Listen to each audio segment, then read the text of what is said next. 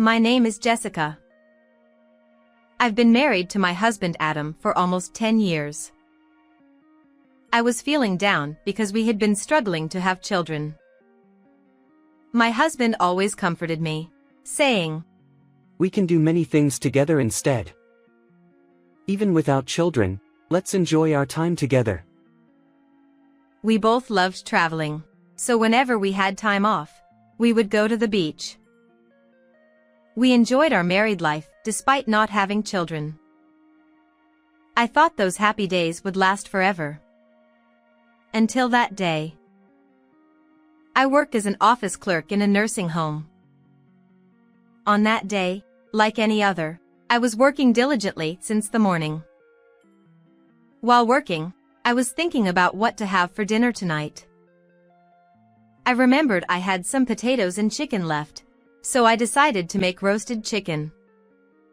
Just then, out of nowhere, "Ms. Brown." The manager suddenly called out to me loudly. I wondered what it could be. Did I make a mistake? Yes. I quickly responded, but I couldn't help but tense up. As I approached the manager's desk, the manager, in a panicked frenzy, rushed over to me instead. "It is urgent. Your husband." My husband? What about him? "Your husband collapsed at work. Forget about work, so hurry to the hospital. I hurriedly jumped into my car and rushed to the hospital. My heart was pounding incessantly as I drove. We had talked normally that morning, and now. Please, let him be okay. Please. I cried as I drove. The hospital was only a 15-minute drive away, but it felt incredibly far. When I arrived at the hospital, I ran to the reception. Then, I was guided to the designated treatment room. "Adam!" I screamed, but my voice never reached my husband. It was already too late. The treatment room was eerily quiet, with only the sound of medical instruments echoing. As I looked at the faces of the doctors and nurses, I understood the situation. A doctor approached me. "You're his wife, right? I'm sorry, but your husband." I broke down into tears. It seemed he had suffered a heart attack. The doctor explained more, but I couldn't hear anything beyond that. I can never see my husband again, even though we promised to be together forever. He's such a liar. This must be a dream. He must be playing a prank on me. That's what I thought. Then, I collapsed. When I woke up, I was in a hospital room. My parents were there, watching over me with concern. "Jessica, are you okay?" My mother gently held my hand. "Why am I in the hospital?" "Oh, right, I heard that my husband collapsed." And then, my husband. Through the haze of consciousness, I remembered and began to cry. My mother, seeing me like this, hugged me tightly, tears welling up in her eyes. I cried out loud. I didn't know how long I cried. I just kept crying, realizing that I had to accept the reality. My deceased husband wouldn't come back anymore. If I didn't properly send him off, he would be sad. I bit down my lips and vowed to myself that I wouldn't cry any further. The arrangements for the funeral were made by my in-laws. My mother-in-law looked as worn out as I felt, and my father-in-law seemed to take charge of most of the arrangements. God can be so cruel. To take him away so suddenly. My friends, who came to pay their respects, said through tears, "Jessica, you don't have to hold back your tears." Some of them said that to me, but I only replied, "Thank you for your concern." Yet, Deep down, I wanted to cry too. As a wife, I had to greet my husband's friends and coworkers. And I had to say my final goodbye to him. So, I had decided not to shed tears today, just for today. As I was greeting the guests, I noticed a woman I had never seen before. She was petite and very beautiful. I assumed she must be someone from my husband's workplace, so I approached her to greet her. Are you from my husband's workplace? Yes, I am. I'm Adam's colleague. I see. Thank you for coming today. Before I could finish my greeting, the woman interrupted. I'm sorry for bringing this up so suddenly, but I'm pregnant with Adam's child. I'm 4 months pregnant now. Huh? What? For a moment, I couldn't understand what she had just said. Seeing my stunned reaction, the woman chuckled and continued speaking. Are you okay, ma'am? I'm carrying your husband's child. Do you understand that? Yes, I see. I responded with confusion. I didn't know what to do, and my mind went blank. My father-in-law noticed my distress and intervened. Are you from our son's workplace? Thank you for coming today. Oh, are you Adam's father? Perfect. I'm pregnant with your son's child. That's why I came here today. The woman spoke a bit louder, and her words began to draw attention from others around us. My father-in-law was also taken aback by her unexpected statement. What on the earth are you saying in a place like this? Some expressed their anger. I'm saying it here because it's necessary. Adam's child is in my belly. That means I'll get a share of the inheritance, right? Her unexpected statement left everyone speechless. It's still during the funeral. Naturally, it's not the appropriate time to discuss inheritance. Hey, what are you saying? Stop it. My husband's boss, hearing the commotion, tried to intervene. That includes rights to this house, and the assets as well. The child in my belly has the right to inherit everything. The woman continued her disturbing conversation. Despite being told to stop, even by her boss, she kept causing a scene, saying unbelievable things. Adam and I loved each other. He always said he'd divorce someday and be with me. The child in my belly is proof of our love. She shouted for everyone to hear. At that moment, my mother-in-law also noticed the commotion. What's going on? What's happening?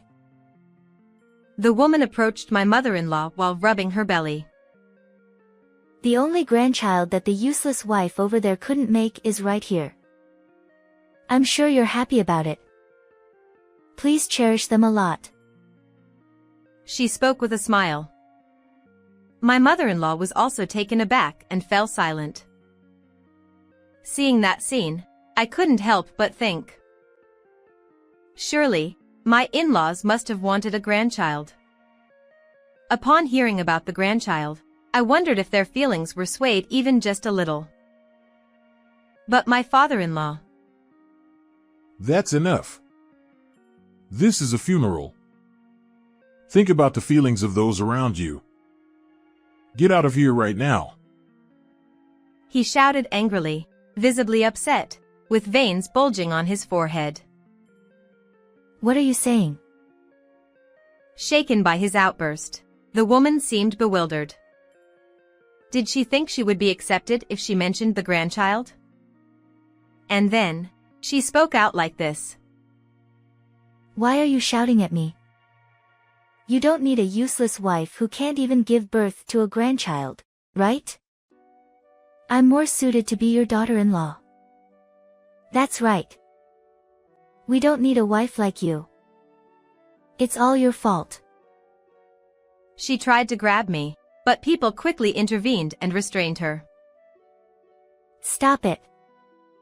I'm pregnant. Let go of me. Don't touch me. She protested loudly. At that moment, my mother-in-law began to speak to her. Is it really my son's child? If so, then we'll have to divide the inheritance, won't we?